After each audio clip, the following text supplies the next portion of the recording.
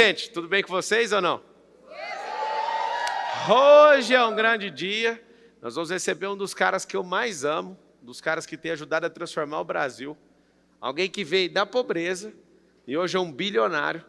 E se você conversar com ele, tiver amizade com ele, você vai perceber que é um cara mais simples que o padeiro. É um cara que todo mundo que conecta com ele fala assim, poxa, que coração incrível. E vocês, com a salva de palmas, nós vamos receber agora o Rufino. Cadê você, Rufino? Geraldo Rufino!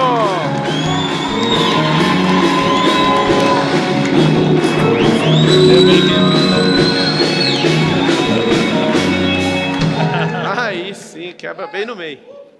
Geraldo Rufino, seja bem-vindo. Obrigado.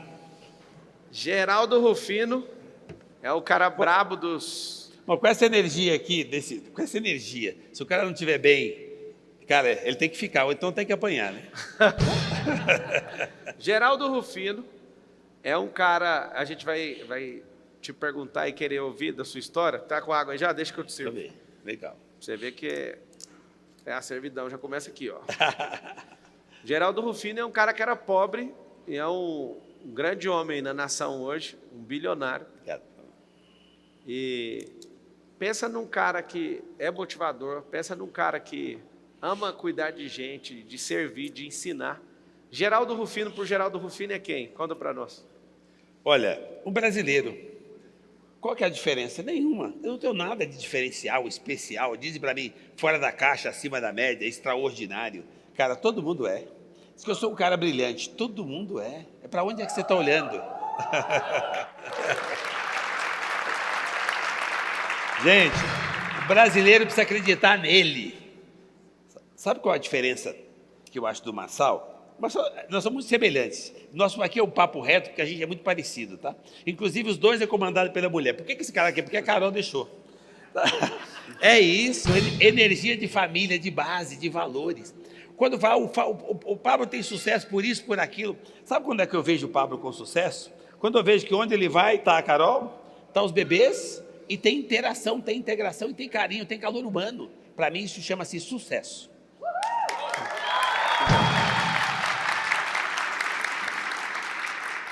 Um homem de 65 anos, a esposa chama Marlene. Opressora. Auxiliadora idônea, que pôs pressão para esse homem prosperar. Conta como tudo começou. Olha, como é que você começou e o que foi a... Todo mundo gosta de perguntar isso para você também. Qual que é a principal virada de chave? Olha, virada de chave. Eu virei a chave. A pessoa me pergunta, às vezes, Marcelo, você é do primeiro milhão, do carro alemão e bababá, na casa. Eu virei a chave quando eu tinha 8 anos de idade. Para mim, virar a chave é quando você percebe o gigante que está dentro de cada um de nós e o que você pode fazer para o outro. Acho que nesse nosso bate-papo aqui, cada um que está aqui ou quem vai receber essa mensagem pode virar a chave. É quando você olha para dentro e descobre o gigante que está dentro de cada um de nós. Gente, tem um Deus aqui. Você não está olhando para você. Você não está olhando para Deus. Olha para você. Dá bom dia para Deus. Que Deus? Você. Olha para você de novo e você vai ver o seguinte. Aí eu virei a chave com 8 anos. Eu já não tinha mãe, minha mãe já tinha ido embora fisicamente, só fisicamente, porque mãe não morre, só morre quem é esquecido. Estava na mente e no meu coração e continua. Minha mãe foi embora, eu tinha 7 anos de idade. Com 8 anos eu arrumei um trabalho para ser tão importante quanto a minha mãe, para servir café da manhã em casa. Eu me tornei importante, eu percebi que eu poderia ser melhor, que eu era locomotiva, eu não era vagão. Gente, ninguém merece ser puxado. Nós nascemos locomotiva, e eu descobri isso com 8 anos. Nunca mais eu quis que ninguém me puxasse. Eu puxo. Cara, você quer... Assim, cara, você não é um vagão. Se a vida estiver pesada, tiver problema, estiver te atacando, estiver dando porrada, sensacional. É porque você é locomotiva. Se estiver leve e não estiver tendo problema nenhum, é porque alguém está puxando você, e você não é um vagão. Então, na realidade... Eu nunca tive um tempo difícil. Perdi minha mãe com 7 anos e meio. De lá para cá vim fazendo, copiando ela, servindo as pessoas. Naquela época, para as pessoas perceberem que naquela condição, naquela condição social, eu já podia ajudar o próximo. Já podia dividir a minha comida, porque o resto de feira que a gente comia. Não tive nenhum problema maior que eu. Qual que é o seu tamanho? Depois compara com o seu problema. Lembra que você já estava aqui quando o problema chegou. Então ele é menor que você. Muito bom. Quando você fala que virou a chave com 8 anos, foi ouvindo alguém, foi há 7 anos e meio você perdeu sua mãe, ali você teve que refletir, mudar a direção da sua vida. O que é que teve um momento, um ato ou uma pressão ali? O que foi a virada mesmo, assim, com 8 anos de idade? Olha, é que assim, na realidade, Marcelo, quando você percebe que você pode fazer o que você faz, quando você pode ser, você acabou de fazer isso, quando você pode servir, você se torna poderoso. O cara que serve é que ele já está com o poder de auxiliar o próximo. Então eu descobri muito que você pode fazer isso Deus de pequeno, servir. E qual que é o segredo? Ouvir. Eu ouvi a mentoria. Gente, eu estou disposto o tempo todo a dar mentoria para as pessoas, como o Marçal faz, como um monte de gente que tem condição, tem mais alguma informação, conhecimento, faz. Sensacional. Então, todos nós precisamos de mentoria, mas todos nós temos acesso a uma mentoria que nós precisamos voltar a ouvir. A mentoria da nossa coach master, chamado Mãe. Vocês estão ouvindo a mãe? Se não estão ouvindo a mãe, quer contratar minha mentoria, você nem me conhece. Começa a ouvir a mãe, o ajudante dela, que é o pai. Depois você ouve os professores, se você tiver relacionamento, for casado, ou tiver um relacionamento, ouve o parceiro, a parceira, ouve o outro. E aí você começa a entender que a grandeza está em quem aceita ouvir. Aí você filtra, tira o melhor e aprimora aquilo, porque ninguém é mais inteligente que ninguém. Cara, eu copio o tempo todo. Eu olho os cortes do Marçal, eu olho os vídeos, eu copio e multiplico. É, gente, porque assim, tá aí prontinho, você precisa querer, tá lá para você aprender, mas as pessoas acham que já sabem, já cheguei lá. O Rufino acabou de cumprimentar meus filhos, os mais velhos, e ele sempre é animado, eu nunca vi ele desanimado. Aí eu acabei de falar, vocês vão ter que ser animados igual ele. Vai, bate aqui. Aí, ao invés de falar, oi, tudo bem, ele já chega com as 2 mãos, bate aqui. Aí chegou no outro, seu pai já te falou que você tem um tio negão. É uma energia que é obrigada a fazer qualquer pessoa desanimada acordar, não tem como. Eu acho que é um dos maiores valores que você carrega, essa energia, essa disposição. Agora, me ajuda com uma coisa, Rufino era catador de latinha. O Rufino hoje é um dos maiores empresários do país. Quando você começou a sonhar isso? Esse negócio chegou por acaso? É o que alguns gostam de chamar de sorte de percurso. O que foi esse negócio de sair de catar latinha na rua e hoje ser um dos maiores empreendedores? E aqui, antes de você responder, eu quero chamar a atenção de todo mundo que está assistindo. Presta bem atenção nessa informação.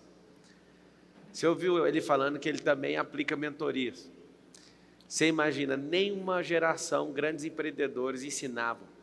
Nenhuma geração. Nossa geração de hoje é ensinada por pessoas que nunca fizeram o que elas ensinam. Eu digo escola mesmo. Então a maioria dos brasileiros, 21 milhões de empreendedores, eles aprenderam sobre empresa, não foi com empreendedores, foi com professores. Que professor? O patrão. Nem estava dando espaço para ele, mas ele viu e aprendeu na tora. Hoje é a primeira geração que bilionários estão abrindo seus negócios e ensinando. Por isso que eu acredito num progresso absurdo que vai acontecer no país. O Geraldo faz parte disso. Acredito de verdade. Nosso povo é um povo que foi treinado para odiar a riqueza e quem consegue ela. É como se ele estivesse adquirindo maldição. Desculpa. Então, não faz sentido a gente fechar os nossos olhos para aquilo que é natural. E aí, Rufino, o catador de latinha que virou bilionário, conta isso, como é que foi como é que essas peças encaixaram aí? Eu falei que nós somos semelhantes, né? Igual a sua. Como é que é o Marçal conhecido nacionalmente, um cara que passou a ser uma referência, meio que tipo herói brasileiro, um cara que vai para a linha de frente para tomar porrada em função do outro? Então, você sonhou com isso? Claro que não. Você só queria fazer para sobreviver. No primeiro momento você faz para sobreviver. Eu fiz a mesma coisa. Eu só queria sobreviver, eu queria ser importante, eu queria levar alguma coisa para casa, para a família. Então, catar latinha é o que tinha para o dia. Então, eu catava, eu comia lá no lixão e não era um problema. As pessoas me perguntam se eu tenho trauma. Não, eu não tenho trauma, eu tenho anticorpos. Pensa no negão forte. Então, assim, cara... Gente, tudo é um problema. Ah, ser negro, negão, não pode falar e tal. Deixa eu falar uma coisa para você. Minha mãe me ensinou que ser negro é um privilégio. E eu tinha que agradecer. Eu aprendi a agradecer ser negro com 5 anos de idade, então nunca foi um problema. Eu não tenho culpa se tem alguns que são desbotados. Cara, só... Muito bom. Ó, você vê que a energia da pessoa determina onde ela vai chegar, né?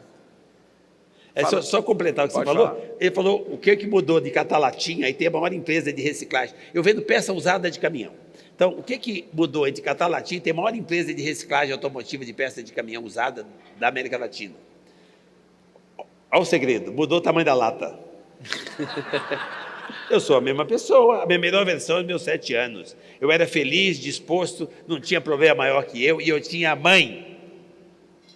Minha mãe foi embora, eu tinha 7 anos e meio. Se eu tivesse que voltar minha trajetória tudo de novo, abrir mão de todas as conquistas materiais, e eu pudesse ter a mãe, eu dava uma ré já. Como não pode, eu toco daqui para frente, é o que está no para-brisa.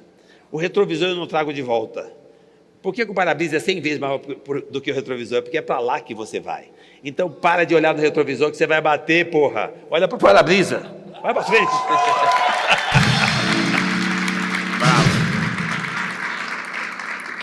Quem é piloto de corrida não olha no retrovisor também, não. Olhando no retrovisor, você está pilotando para os outros. Às vezes eu corro lá na Mercedes, corria, né? Esse ano não entrei no campeonato, mas eu lembro de carros aproximando e dá aquela vontade de olhar assim, eu vou olhar, senão vai bater. Aí o piloto que está olhando para frente, ele sempre fala assim, ó, entrou aí, se vira agora para sair. Então você está entrando numa curva, um cara entra. Teve uma vez, filho, lá em Curitiba, no autódromo de Curitiba, que o cara fez isso, ele pôs por dentro para eu sair, né?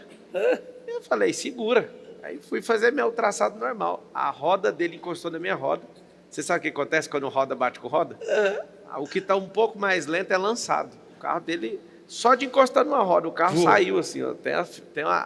Foi transmitido na Band, e o carro do cara dá uma arremessada, assim, uns 2 metros assim do chão, sabe? Ergueu e quebrou tudo o carro dele. Eu falei, eu não olho para o lado. Foco. Você imagina, se não dá para olhar para o lado, imagina para trás. E aqui fica um código. Quem olha para o lado está ensaiando olhar para trás. Você fica assim, ó, você começa indeciso com alguma coisa, e você começa a querer olhar para trás. O foco é na frente. Não imaginava que... Eu gostei da conta, 100 vezes maior do que ainda mais no caminhão, né? Porque assim, gente, vocês já pensaram nisso? Veículo da vida nós estamos falando. O veículo da vida não é diferente do que o seu carro. É 2 retrovisorzinhos, um espelhinho, um para-brisa gigante. É para você ficar claro para você que é para lá que você vai. Então para de olhar para cá e vai. Agora, olha que interessante quando se fala de veículo da vida. Preste atenção. As pessoas olham no retrovisor e reclamam do ente querido que perdeu. Chora, lamenta, que coitado foi embora e tal. Olha quantos entes queridos está no para-brisa que talvez você não esteja dando bom dia. É para lá que você vai. Você já deu bom dia para a mãe hoje, para o pai? Ou você acha que eles estão ultrapassados porque você tem a bosta do smartphone? Já pensaram nisso? Quais são os seus valores? Não é quanto você tem, é quem você tem. Começa de novo. Volta para a sua essência, para essa criança, para essa alegria, para essa felicidade que está dentro de cada um de nós. Resgata você.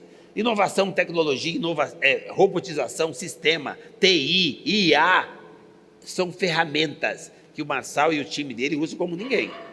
Mas, cara, quem faz isso são as pessoas. Não tem ferramenta fazendo Marçal da vida. Tem Marçal sabendo usar a ferramenta. Então, pare de deixar a ferramenta usar você. Seja você o protagonista. É você que faz. O novo normal é você ser um ser humano melhor, mais habilitado para usar o que tem disponível de tecnologia. Mas é você que usa. Todo mundo olha o Marçal, os cortes, a figura pública que ele é, a facilidade que ele tem em ajudar pessoas, em trabalhar com a tecnologia. A primeira coisa que eu vejo no Marçal é a Carol e os bebês. Onde é que esse cara arruma energia para carregar as baterias? É em casa, gente. Vocês não perceberam que quem comanda a porra toda é uma mulher? Como é que está a sua relação em casa? É lá que você carrega as baterias, é lá que começa o seu dia. Diz que você precisa empoderar a mulher. Empoderar, ela é superior por natureza. Ela veio primeiro, você veio depois. Ela é criadora, você é criatura. Baixa a bola.